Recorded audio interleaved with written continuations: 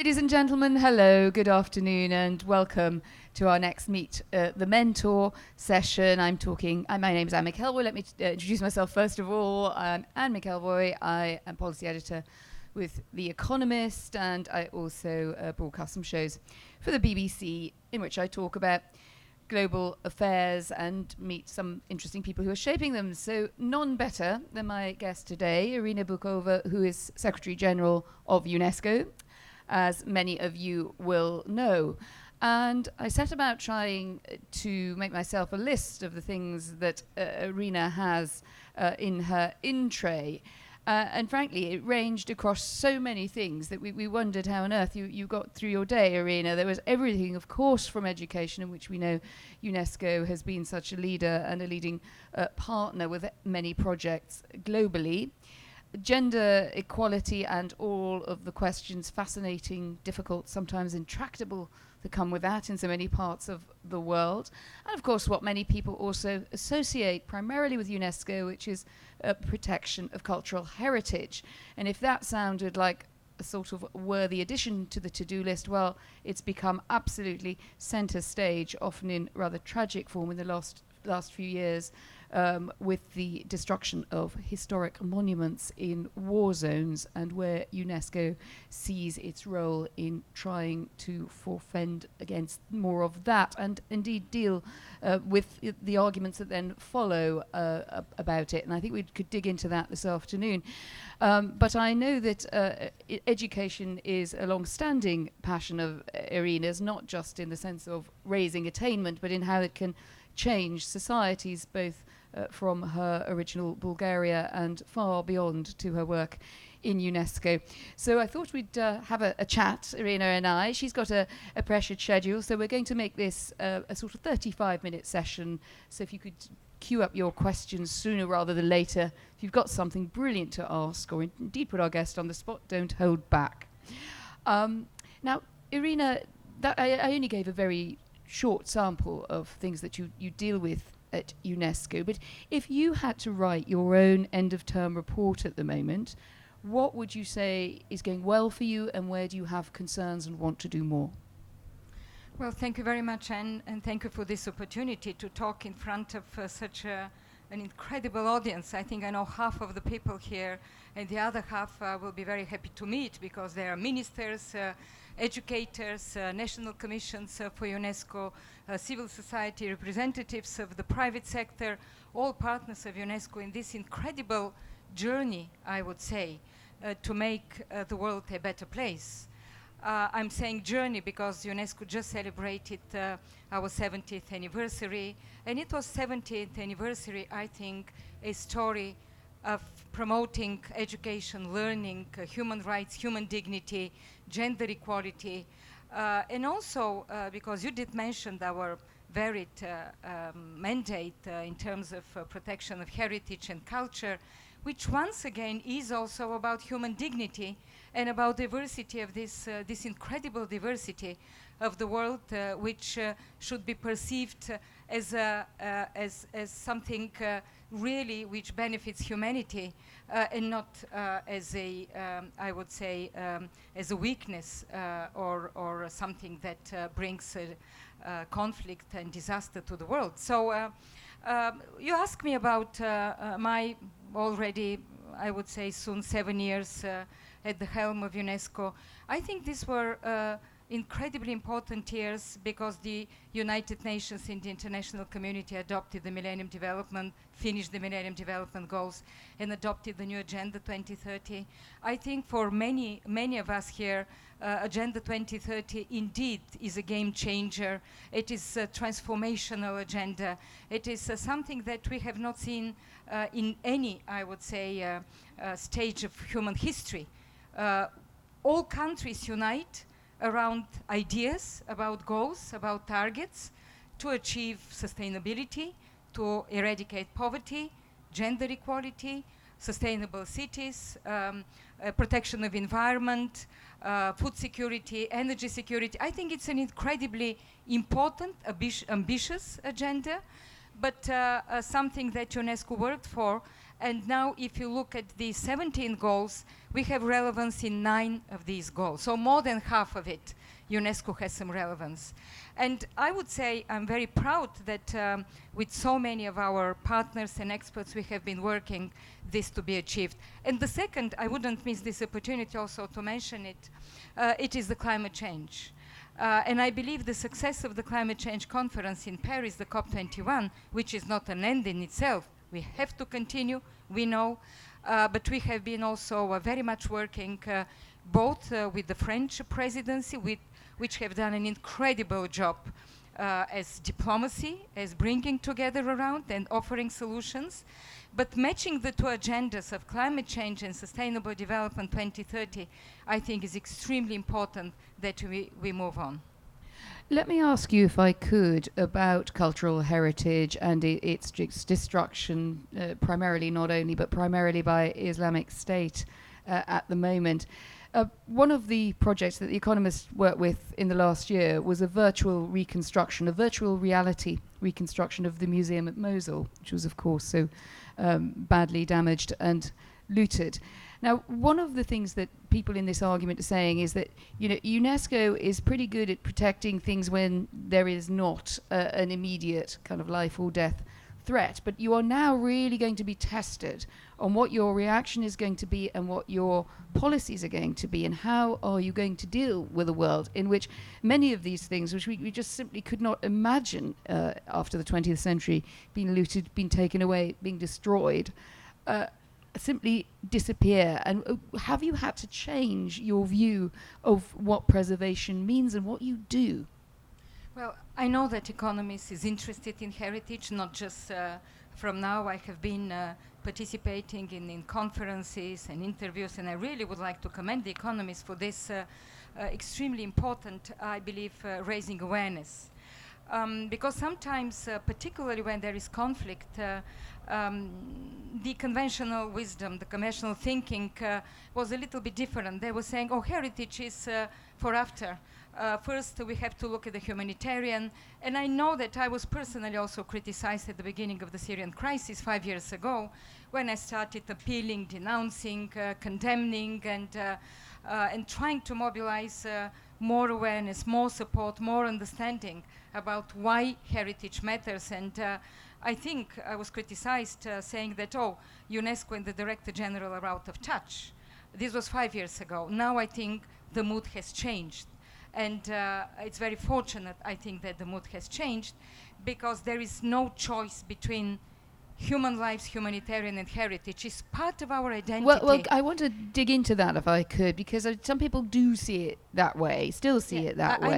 I know. And they would say, look, you have to prioritize, and particularly those of us who've covered conflict zones, you know, the thing that seems very different, I think, to watching it unfold on television, or indeed in, you know, trying to do the kind of job that you do, is it all happens so incredibly fast, and you have to respond and make very difficult calls that you would wish you didn't have to make.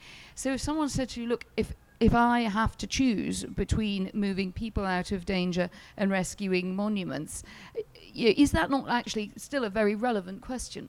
No, this is a relevant question, I agree, but I don't believe that we have to make a choice. And I think, because you mentioned your commitment to the Mosul Museum, I think what changed the minds of people, the thinking, the mentality, was precisely the looting of the Mosul Museum. These terrible photos and images that we saw when they were with Hamas sledges, they were destroying the faces of some of the statues, Assyrians, and Lamassu, the famous Lamassu big statues, which are the embodiment, I think, with the Assyrian culture. And then many people in the world, in different parts, felt connected, because they said something that we know and we feel, and I'm convinced it is. It is part of our common heritage. We are all, this is the birthplace of human civilization. And if they destroy this, what stays afterwards from us, from human beings? So I think for us there is, and hopefully for for the majority of people nowadays, it is equally important to save monuments as well as to save people, because it is about identities. It is about values. For us, for UNESCO, heritage is not just bricks and stones. It is about some values. It is about history. It is about tradition. It is about influences of culture. Look at Palmyra. Palmyra, I think, is an incredible monument where cultures are talking to each other. I visited, I was hopeful and lucky to visit Palmyra before the crisis. When you see the Greco-Roman vestiges and culture talking to the Persian and to the Moguls also from the Middle East, and the local expressions of culture. I mean, there is everything in Palmyra. And there you see that human evolution was also cultural, and there were layers of culture, and they were talking to each other. But coming to the first question, if you allow me, of what we should do in such cases. I know the feeling, and I have myself had many times the same feeling. It's a feeling of despair, the feeling of anger, the feeling of shock, that something has to be done to stop this extremism of destroying this culture. But I think when local people, when we have trained local people, when we have connected local people to this heritage, we have seen in many cases, we are seeing even in Libya nowadays, where we work with local communities, we have seen the human chain around the Cairo Museum of Egyptian History. You remember when there were some attempts to loot this museum, when people were just standing in front hand by hand in order to protect it. So it's a very powerful. The second, of course, is we have to stop the illicit trafficking of antiquities. These are blood antiquities. We have to say that this is immoral, this is unethical.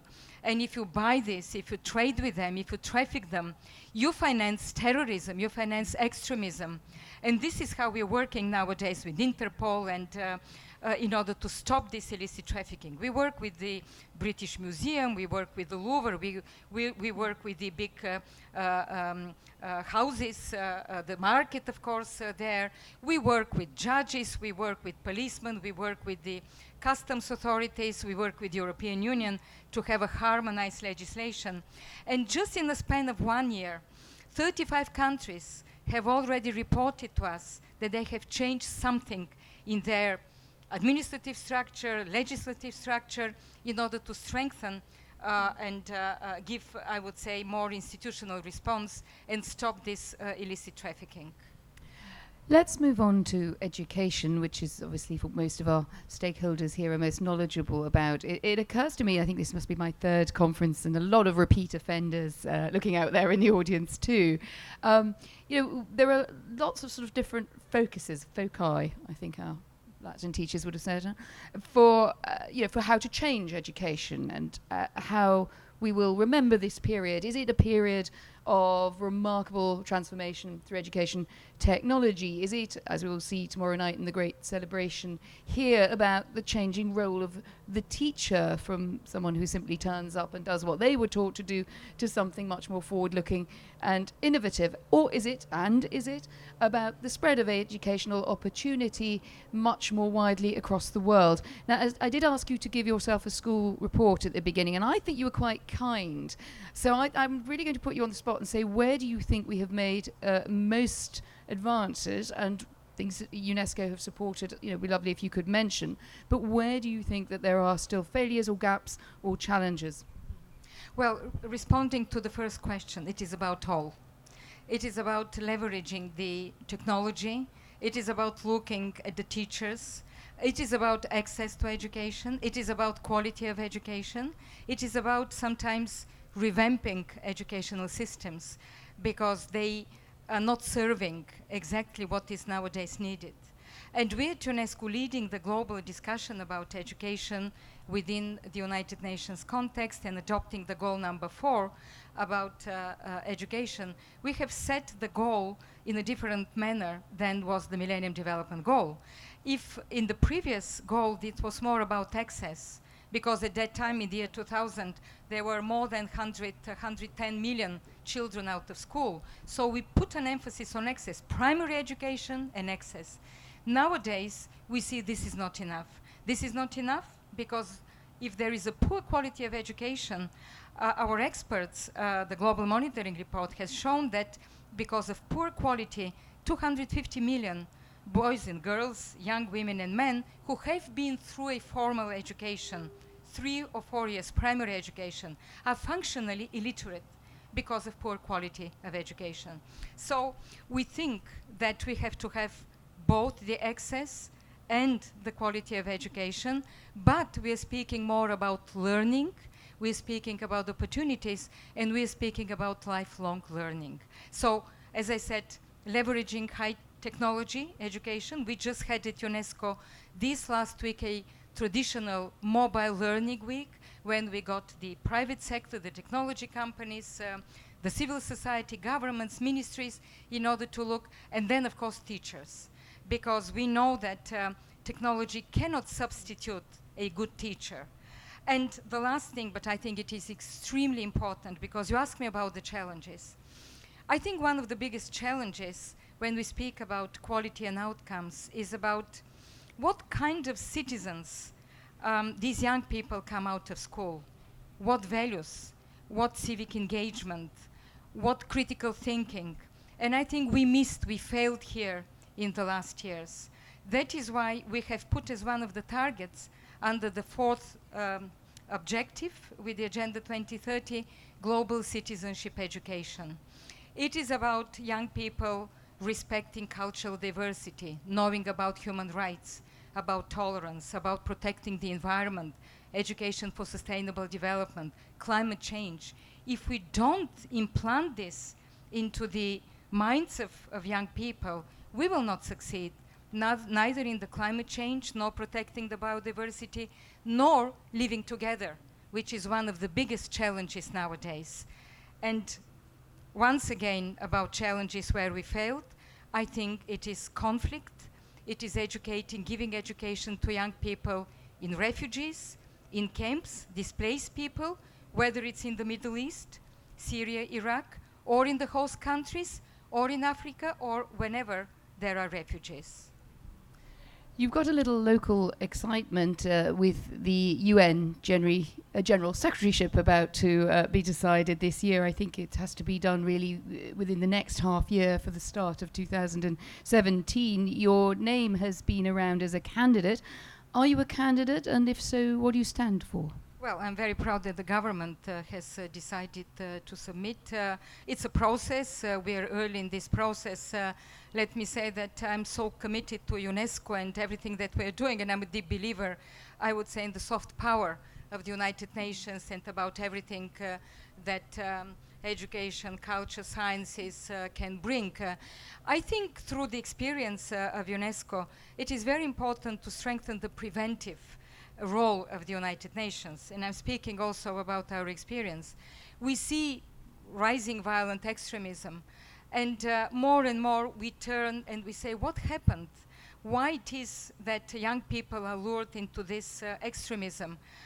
Can we prevent this? Can we work through education, through teacher training, through curricula, revise the curriculums, and look at the hate speech and the hate languages? Do we know what kind of values, once again, to come to the previous question that you put? I think preventive role is extremely important, and this is what UNESCO is contributing to the United Nations. And then we have to create resilient societies that could stand up against either extremism or tackle the issues of climate change, or inclusive societies that once again have into their, I would say, some value system that is very important. And all this, I think, is a part of a broader agenda of the United Nations that we are taking forward. That would be a preventative agenda, but I think perhaps many people feel that the UN has largely failed as a reactive institution in crisis in the last few years. So on something like Russia and Ukraine, for one example, Syria might be another, surely simply saying, well, we tried our best to prevent it, but it hasn't worked out well, doesn't really cut it, and the next UN General Secretary will have to address that. Well, I think United Nations is its member states, and there should be collective thinking of where we go and what we do.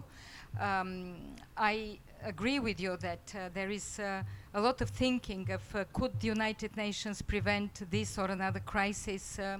And I'm not talking only about what happened today. I'm thinking about the Rwanda genocide. I'm thinking about Srebrenica, the wars in ex-Yugoslavia. There were many cases where now we have second thoughts, and everybody says, well, maybe the United Nations could have been more proactive. And good ideas that's exactly are my coming. point. I'm going to come back on you because I was Yes. actually covering the Balkans at the time. It wasn't just that they said it afterwards. I can assure you that very many of us said it at the time. And the United Nations seems often to be an organization which, partly because it is genuinely multilateral, but it has powerful interests at the top of it at the Security Council, finds it hard to take an unpleasant or a difficult decision if it knows that it's going to cause internal conflict. So I would ask, how forward would you be as a candidate in saying, I would be prepared to make unpopular decisions? Well, the question here, in my view, is how the United Nations can unite countries, how the United Nations can work in order to mediate and to get out of these difficult situations some, I would say, value system, and bring about important solutions.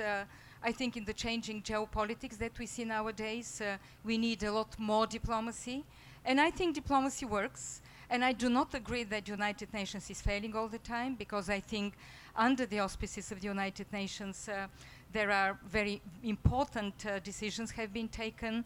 I'm talking about the Iranian nuclear deal. I'm talking about still the end of the wars in Yugoslavia. And I'm talking about many of the conflicts, the peacekeepers that are there out. Thousands of United Nations peacekeepers. Every time I go to some, as we call, difficult place. I was last year in the Central African Republic, and I visited one of the compounds of the United Nations, which was transformed into a refugee camp. And every time when I see the flag of the United Nations in such circumstances, I'm asking myself the opposite question. What if the United Nations did not exist? I think the United Nations is the only possible platform for joint action.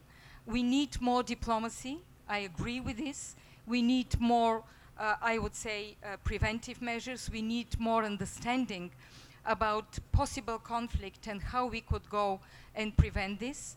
And this is where I think the role also of the Secretary General is to put with courage, with sincerity, some of these issues that are emerging from this to the attention either of the Security Council or the General Assembly. You come, just as a Bulgarian politician, from a background obviously in Eastern Central Europe. You've lived through the transition of the Cold War, but you also come, very interesting story, you come from a great communist dynasty. You're yourself politically active. You've also been active in the Socialist Party of Bulgaria. If people said, gosh, she's going to be Moscow's candidate, what would your response be? I know this is not the first time I'm asked this question, and I'm speaking here in front of a Deputy Prime Minister of Bulgaria and Minister of Education of my country. I'm very happy that Mrs. Kuneva is here, and I'm very happy that I have the support of the government, which is a coalition government of different parties. Sometimes I think that living in, so to say, in two systems, in two periods, it's a huge advantage, because I'm from this generation that was given the chance to make the transformation, that was given the chance to work for the democratic development of the country, for the reunification of Europe. I was the first Secretary of the Council of Ministers for European Affairs, and I started the first joint structures and the responses to questionnaires, the beginning of the European integration of my country. And I think because I was maybe not brought up into some of these core values, now I'm even more convinced why they're important. But when did that change for you? Give me an example. You're going to have to let a bit of daylight in on magic here before it gets too fluent officialese. When did you stop really believing in the values of a communist system and start believing in a different one? And what was it for you? You know, it was just the system. It was the way it was. It was the way the society was structured and the politics was made. I have never been a functionary of the Communist Party or something. I integrated. I think my understanding about why it is important and this change was when I joined the Foreign Service of Bulgaria, and I joined the Department of the United Nations. I had the opportunity then to follow the work of the United Nations in very important area. I was responsible for the gender equality, for women. I was responsible also for some of the political issues. I remember when Bulgaria was just a few years before the changes, democratic changes, was a member of the Security Council. But I would say that when I went, I spent the last year of the change, 89, at the University of Maryland School of Public Affairs, and this was the year of the change. And of course, we know the perestroika in the Soviet Union. They started in the 80s. We were fascinated with this. We followed all the articles, all the debate that was at that time, because for us, this was probably had the biggest influence on the change in the country with Gorbachev and everything that he brought. And I was practically at the beginning of my work in the Foreign Office, so more or less it was a coincidence of this. So I think the 80s was this period where you see that it is not only not sustainable, but it is not right. And how to make the change also was important. And I just want to bring you to the specific case of Bulgaria, because the Bulgaria at that time, there was a dissident movement, and most of the dissident movements were members of the Communist Party, so the dissident movement came from within. And this was a very important factor to take forward also this change. So, as I say, nowadays I'm even more convinced in promoting some values, because I know the hard way why they are important, be it freedom of expression, being something that is freedom of opinion, and otherwise. I don't think that we could ever go back to the former times. Well, that seems a very good note on which to throw it open to the floor. I'm sure there are some questions. Do we have microphones out there, ladies and gentlemen? How people put up their hands and something, I guess, travels to them. Who would like to ask a question? Yes, sir. Do we have a microphone on the floor? Otherwise, you just have to bellow and I'll repeat it. Try your best. So we had the pleasure of meeting this January in Davos when we were campaigning to increase teachers' social recognition. And my question is, how can the Office of the Director General of UNESCO, and maybe even Secretary General of UNESCO, contribute to increase teachers' social recognition? So the question, if you're not sitting right next to our friend here, was how can UNESCO and possibly... Should I repeat it myself? Yeah. Oh, well done, yes. Well done. Well, okay. We were about to have a lovely duet, weren't we? After you, sir. Would be my pleasure. So basically, my name is Afonso Mendonça Reis. I'm a global shaper, and I teach managing impactful projects at Nova School of Business and Economics. I started a campaign called Inspire Your Teacher because I believe that teachers are the main driver of school performance. I had the pleasure of meeting the Director General this January, and she was so kind to take a picture with this T-shirt we had to promote teachers. My question is, being the UNESCO such a preeminent organization, having this role in education, how do you believe, maybe a double question, what has the UNESCO done under your mandate to increase teachers' social recognition, and what do you think could be done more?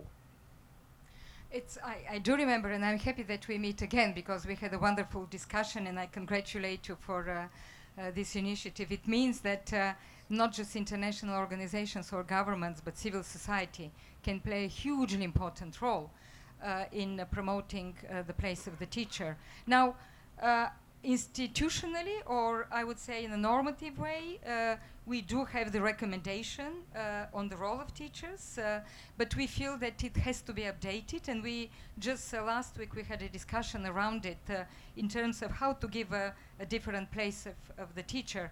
But we have established at UNESCO 5 years ago a teachers task force, international teachers task force, And it is with the participation of many partners, of other organizations from the UN system.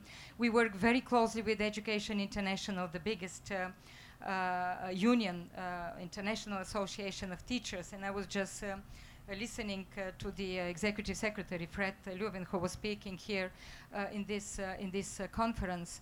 I think it is important to look at the teachers both from the point of view of quality education, but also access, because we know that in Africa we need more than 2 million teachers if we want to bring all kids to school. So we need really, but also the quality of education without teachers is not sustainable.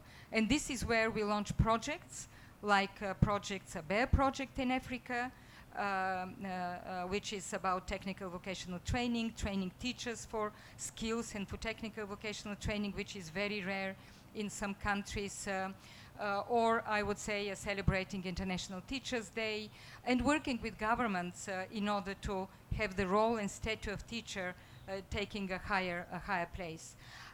We always say, and I'm convinced into that, and I commend Varkey Foundation for the prize that have established also for teachers. It is not that often.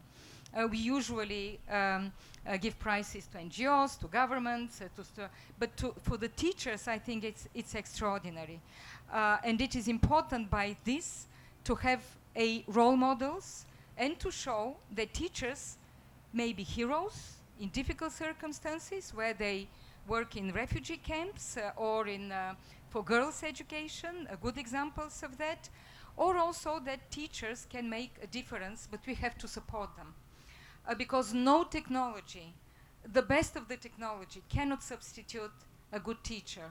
We speak about values, we speak about civic engagement, and this, at the end of the day, can be transmitted by teachers. Thank you very much. We've got, now suddenly everyone's keen, right? So I'm going to take a couple of questions, if that's all right, just to give, and maybe we'll have 2 batches of those. Off you go, sir. Remus Pricopi is my name. I'm a former Minister of Education in Romania and Rector of National University of Political Studies in Bucharest. I have a question and a short comment. The question is related to financing, educational policies, and sustainability of educational policies. You know this, in fact, it's the biggest challenges today, not just in Romania, but also in all countries, and especially the crisis, economic crisis affected a lot the budgets of education. What's your opinion on this? The comment, I think, from the education world, to have a Director General, Secretary General of UNESCO would be a huge advantage, because the Director General can take the first article from the Constitution of UNESCO to build the peace in the mind of people, and to develop this article from the position of General Secretary. So I wish you success in this process. Thank you very much. There's your first endorsement today there. And the lady at the back.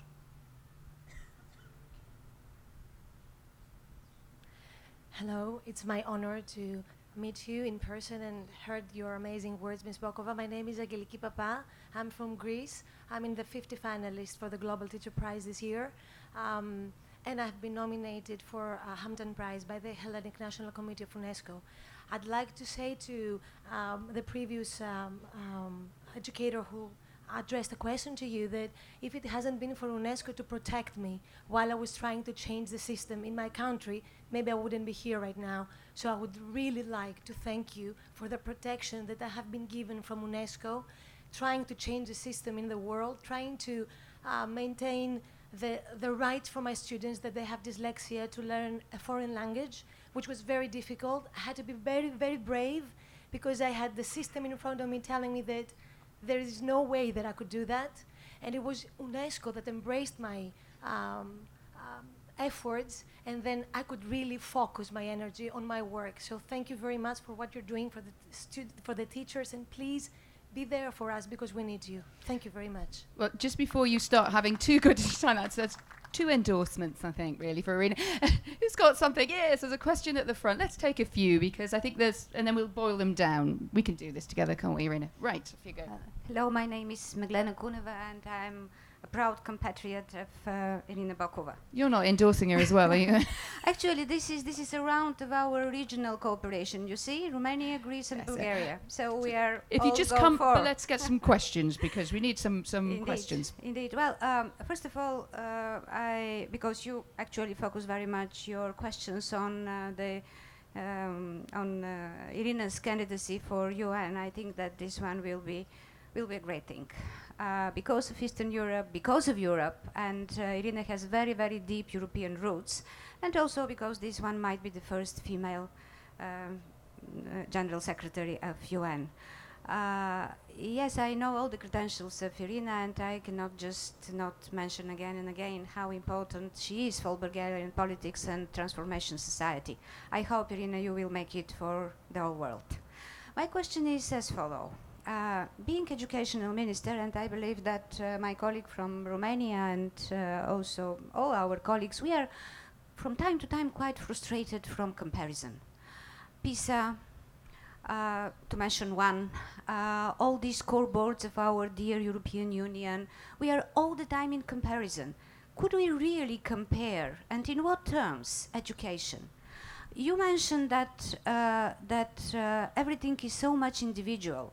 If I use this image of Leonardo da Vinci, the center of the universe is the teacher. This is the Vitruvian man. And teachers are very much, their skills are very much tailor-based. I'm very proud that next to me is sitting a Bulgarian teacher of mathematics. Usually we are quite good in it. And, well, what do you think, Irina? Is it helpful or just the opposite? It's too much stress on us. Very good. Cues us up nicely, by the way, for our next event on standardized testing. So I'd love to see you all come over there and continue that argument. Irina, why don't you start with that and perhaps work backwards to Ms Prokopia on sustainability in difficult economic times of reforms? Well, just to respond to some of the all questions are extremely important. And of course, I have here at the back a lot of our experts sitting there. Maybe they could answer better on some of these. But let me just say, the funding for education and everything that goes from the national budgets and otherwise, and financing is extremely important. And I'm very happy to meet Minister Prokopiev because we have worked with him when he was Minister of Education of Romania. And what we have been trying to do is to, we did integrate in the fourth development goal that budgets, national budgets should allocate from at least from 4 to 6% to education, which of course varies from different countries, different settings. We know that there are countries, developing countries, including in Africa, which allocate 20-25%, but of course with the smaller budgets.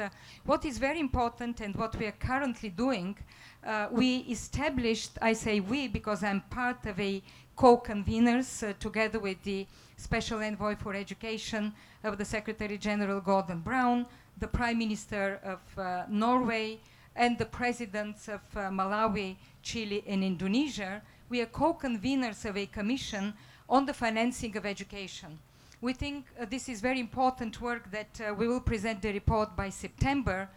There are regular meetings with economists, with educators, with finance ministers and specialists in order to see in reality what we need in the current circumstances in different frameworks where we have new technologies, where we have disparities in different settings, what we need in fact for education and how we can get this financing through innovative ways and means. We all speak about innovation in education. We want to take the example from health, where there have been a very successful experiments and ideas on financing, resolving health issues. We want to replicate and to do it more for education, and we want to bring private sector more into this. And I think I'm grateful to the young lady from Greece and the National Commission with which we work in a fantastic manner. Thank you for the kind words addressed to UNESCO. I think what you said is really important. On many occasions we have been standing up for teachers, link also with the first question, be it in the difficult circumstances when there is conflict, strife, persecution, on others. We think this is important. Not least because we strongly support the Safe Schools project initiative. They started with Norway, with Sweden, with the Nordic countries, so there already more than 50 countries have supported the Safe Schools initiative. It includes children, but also teachers, so I think this is important. Now, in terms of ranking and quality, very difficult question, but very important. And you're right that for different, maybe more for higher education, there are systems that have been developed in terms of ranking. We have the Shanghai ranking of universities. We have the other US ranking of universities. We're working with the OECD in order to see which is the best way and what are the best criteria in terms of making this ranking for higher education. For the other, it's a bit more difficult, I would say, but we started this work on the quality education already some 3 years ago or maybe 4 years ago, where we created a group of UNICEF, UNESCO, Brookings, and our Institute of Statistics. We developed a learning metrics, as we call it, which is the what makes quality education for primary education. Of course, it's a metrics, and each country or each region, this particular case maybe Europe, should look also from their own, I would say, perspective. I think this is important. Now we're working for the secondary education because the question becomes even more complex when we speak about the quality education nowadays, when we want to introduce some notion about values, protecting environment, climate, as I said, this type of value system that we want to implant into an education system. So still, I think, and we have the PISA, of course, which gives some indicator as to where the quality of education goes. I know that after the last ranking, for example, Sweden, which was ranked much lower than in the PISA ranking, and they saw that there is a problem and they are now trying to reform their education system. It is I would say, an indicator. Whether there might be a better one, which moves broader into it, I think still to be done. In fact, nowadays we are working on indicators for the new Sustainable Development Goal number 4 with the 6 targets. And I think after this work finishes, we will have a clear picture as to what indicators have to be implemented if we want to implement the goal number 4. We're in our last few minutes, as Irina's rather kindly, or rather I didn't point out that she stayed with us for a few minutes more. We've got a question over here. Anyone over there? Can I take one, unless there's a lady who hasn't spoken? 1 and 2. Yeah, we'll start with the gentleman here. Oh, actually, we'll start with where there's a microphone. Yes. And then we'll come to you, sir. The first thing is that I'm also endorsing you. Yes. Well, it's not going to be much of a Secondly, race, is it? Endorsement, it's not Secondly, a race, please. Secondly, I am from Malawi. I'm very happy that you're working with our president on financing education. Now, 2 questions. One related to heritage. The Mulanje Conservation Trust in Malawi submitted to UNESCO that Mulanje Mountain be made a World Heritage Center. How far is that? I'm a citizen of Mulanje. Of course, I'm talking in my own capacity as a citizen, not in anybody's capacity. Secondly, education. And statistics have been presented on how badly our learners are faring in schools. One of the issues is to do with the curriculum implementation. Governments, ministries of education prepare a very good curriculum, but when it comes to implementation in terms of orienting the teachers on the new curriculum, funding is not there. Does the organization UNESCO assist governments in the curriculum implementation? That's my question. Thank you. And we had a question over here, sir, as well. Come on, land speed record if you're lucky to the microphone. And then we'll have to be succinct. Thank you very much. Bismillahirrahmanirrahim. Assalamu alaikum wa rahmatullahi wa barakatuh. I'm the National Commission to UNESCO in the Ministry of Education and Culture from Indonesia, Madam Irina Bokova. welcome again. My question is, we have several global education and skill forum, and we have Incheon. To your experience, we are talking among Ministry of Education, Ministry of Culture, those who are involved actively in education. To your observation, whom has we not involved in, business circle, private sector, politicians, why are we having so many conflicts and the victims are children and women? And as if this Global Education and Skill Forum will move on and we'll have a very good result, and then the impact and the result in those areas, is this the business circle that we have not heard from them, or private sector, or politicians? What do you think? Or maybe you have other groups. Thank you very much. Assalamu alaikum. Thank you, Irina. Your last thoughts?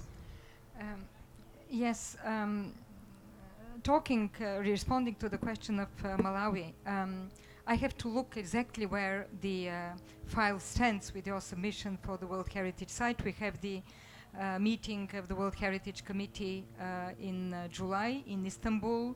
And it's a process, it's evaluation, experts submit, the committee decides, they look at the management plans and others. It's a process. I wish you success, because we want to have more African sites on the World Heritage List.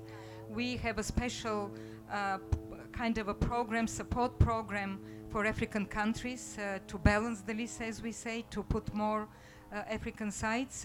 We will celebrate literally, I think, in 1 month, the 10th anniversary of the African Heritage Fund, which was the first document I signed when I was elected in 2009, was to transform this African Heritage Fund into a center under the auspices of UNESCO. And now it's, I think it's, and we are making with Ms Zuma, the president of the African Commission, we have made at least 3 rounds of fundraising and events in order to mobilize donors. And I think it's fairly successful campaign advocacy that we have done both with her. So as I said, I wish you good luck, success.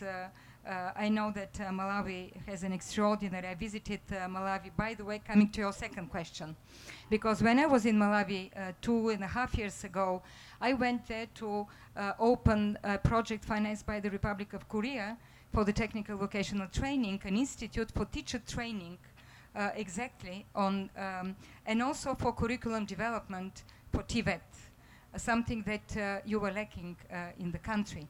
And I think it's a very successful project, works in a very successful manner, and we are talking to our donor to continue this project so that we may support more this type of activity. And in general, curricula is becoming really one of the main issues when we speak about quality education. We have the International Bureau of Education, which is our institute, UNESCO Institute, based in Geneva.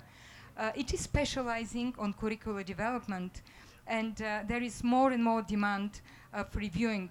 Our experts are reviewing, have reviewed in dozens of countries curricula from different point of view, from gender equality, to look where there are gender bias in curricular. Irina, I'm going to bring you to your last point simply because some of us have to be somewhere on the hour. I'm sorry, I'm taken away. You got a bit carried away with your interest there, haven't you?